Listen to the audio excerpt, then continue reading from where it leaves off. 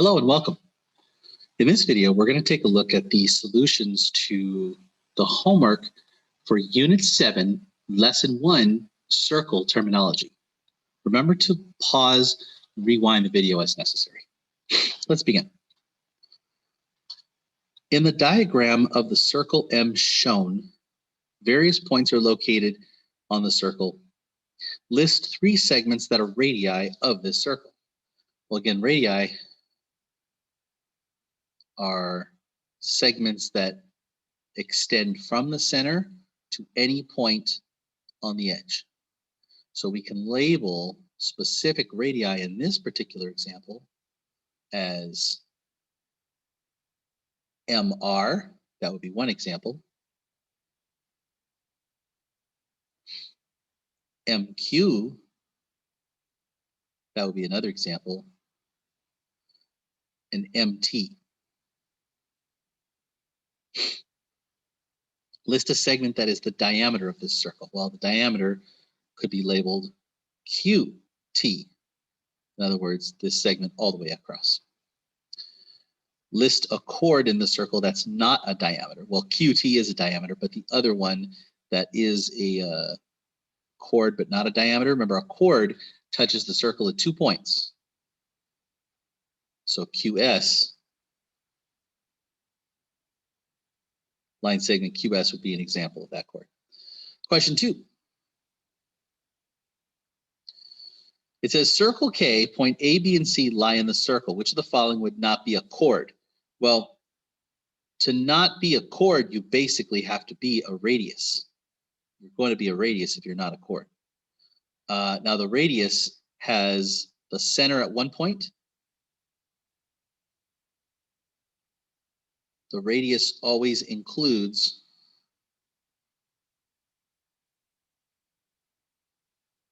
the center point. In this case, the center point is M. I'm sorry, we're not working with that circle anymore. The center point in this one is K because circle K is always defined with center K. So we're looking for which one is not a chord. So not a chord would be a radius that has to include the center point. That would be option 3. Option 3 includes the center, so option 3 must be a radius. The others are examples of chords. We're looking for one that's not a chord.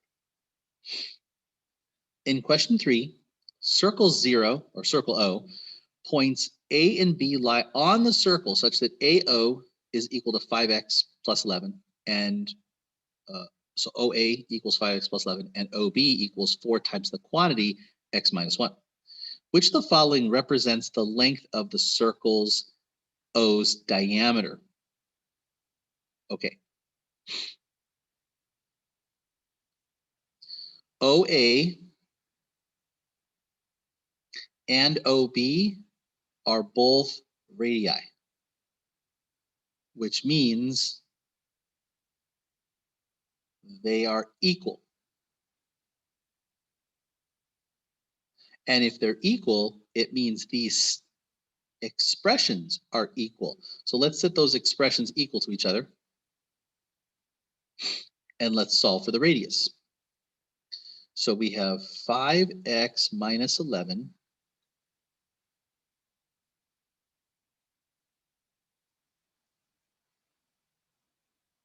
5x minus 11 equals 4 times the quantity x minus 1. And what I'm going to do first, actually, before I write that down, I'm going to distribute the 4 into this thing before I set them equal. So that's 4x minus 4. We're going to set those equal to each other. Now we're going to solve this thing for x. I'm going to go ahead and subtract 4x, bring the x terms together. And I'm going to subtract, add 11 to both sides, get rid of that. And if we rewrite this thing, we get 5x minus 4x is x, 1x equals negative 4 plus 11 would be 7. So x is 7. Now, if we plug, we're going to plug x equals 7 into either expression, into either radius expression. So I could plug 7 in here, or I could plug 7 in here. I'm going to plug into the second one. So the radius right, could either be 5 times 7 minus 11 or 5 times the quantity of 7 minus 1, or 4 times the quantity of 7 minus 1. I'm going to put it in here. 4 times the quantity of 7, x equals 7 minus 1. I'm going to plug x equals 7 right there. 7 minus 1 is 6, times 4 is 24. So the radius is 24 units. The diameter is 2 times the radius. So 2 times 24, of course, would be 48, which is option 3. In number 4, circle L, points E and F lie on a circle such that E, F, and L are not collinear. To be collinear means they are not on the same line. So they are not on the same line. Okay, now LE, LF, and EF are drawn. Which of the following must be true about triangle LEF? Well, here's the thing. Segments LE is congruent to segment LF because both are radii. Remember, circle L, the center is L. So if we go from L to E and L to F, then we're focused on those being radii, and radii are congruent. They're the same. Now, the triangle, since we have two equal sides,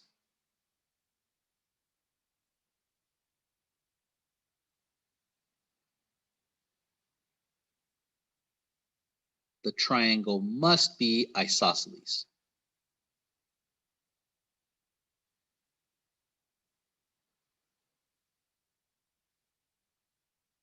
Which is option 2.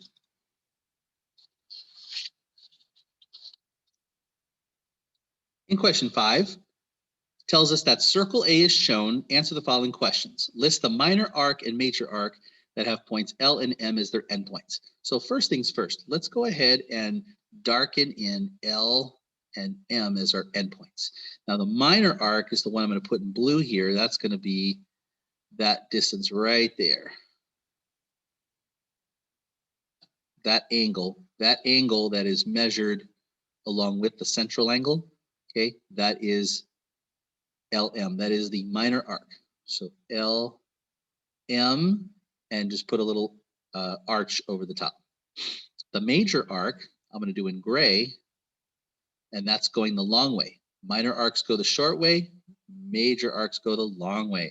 And so we have to include a third letter in here. We're going to include LNM over the top. List the minor, I'm going to erase these right now.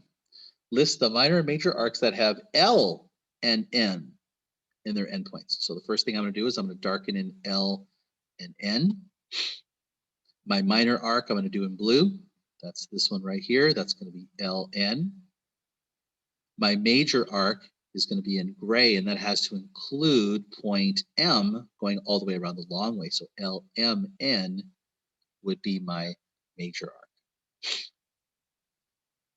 In question 6, we want to, we know that B, D, and C are marked on the circle A as shown. An angle, the measure of angle, do this in blue, the measure of angle DAB, this angle here is 48 degrees. Segment BC is the diameter. Find the following arc measurements.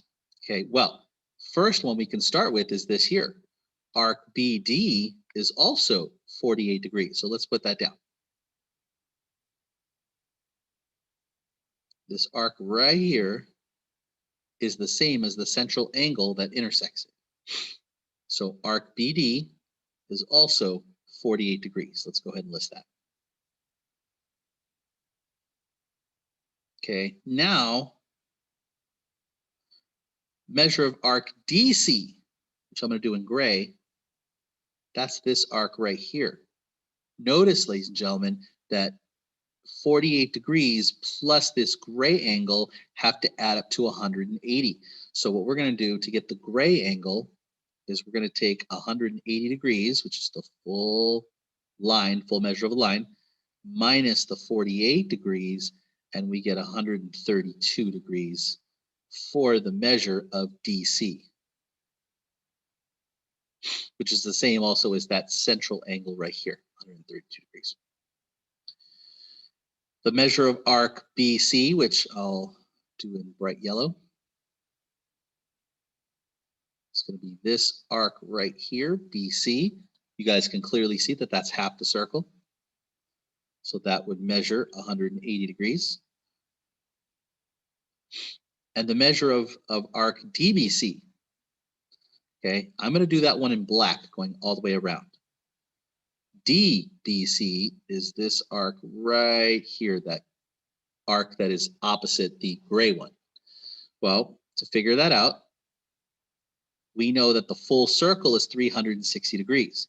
So if I take 360 degrees minus the gray arc, which is DC, 132 degrees, I will get the black arc, which is my DBC, my arc DBC. And that would be, what, 228 degrees?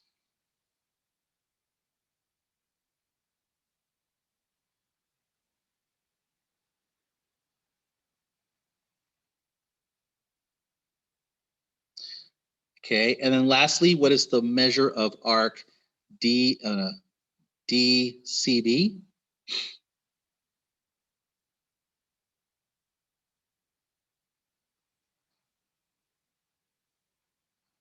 I'll do that one in black in a different color. So that would be D, sorry about that, let me darken that in. DCB is this big arc right here. That would be essentially 360 degrees minus that small chunk of arc DD, which is 48 degrees. That would be 312 degrees. Okay, so exercise 6 was all about measuring arcs with their central angles. Part 7. One theorem for circle geometry is the following. If two chords have the same length, then the chords cut off, then the arcs cut off by those chords will have the same measure of degrees. In other words, in the diagram shown, if AB, which is this chord here, if AB here is equal to CD here, then the measure of, I'm going to do this in blue, the measure of this arc, AB, must be the same measure as this arc right here, CD. Okay, and what we're going to do is we're going to draw, in part A, we're going to draw radii OA, I'll do this in blue, OA, OB, and then we're going to draw OC and OD, I'll do that in gray. So OC should come from the middle, OC and OD. Okay, and explain why this must be congruent to ODC.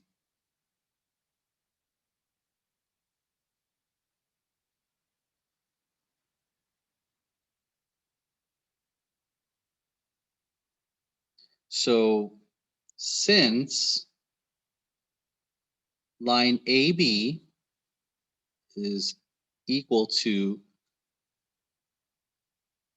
line BC, then triangle OAB is congruent to triangle ODC. They are similar isosceles triangles.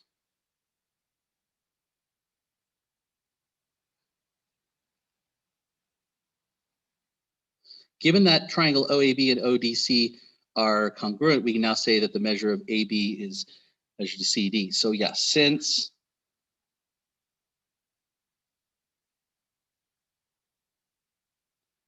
those central angles are congruent, the arcs they intercept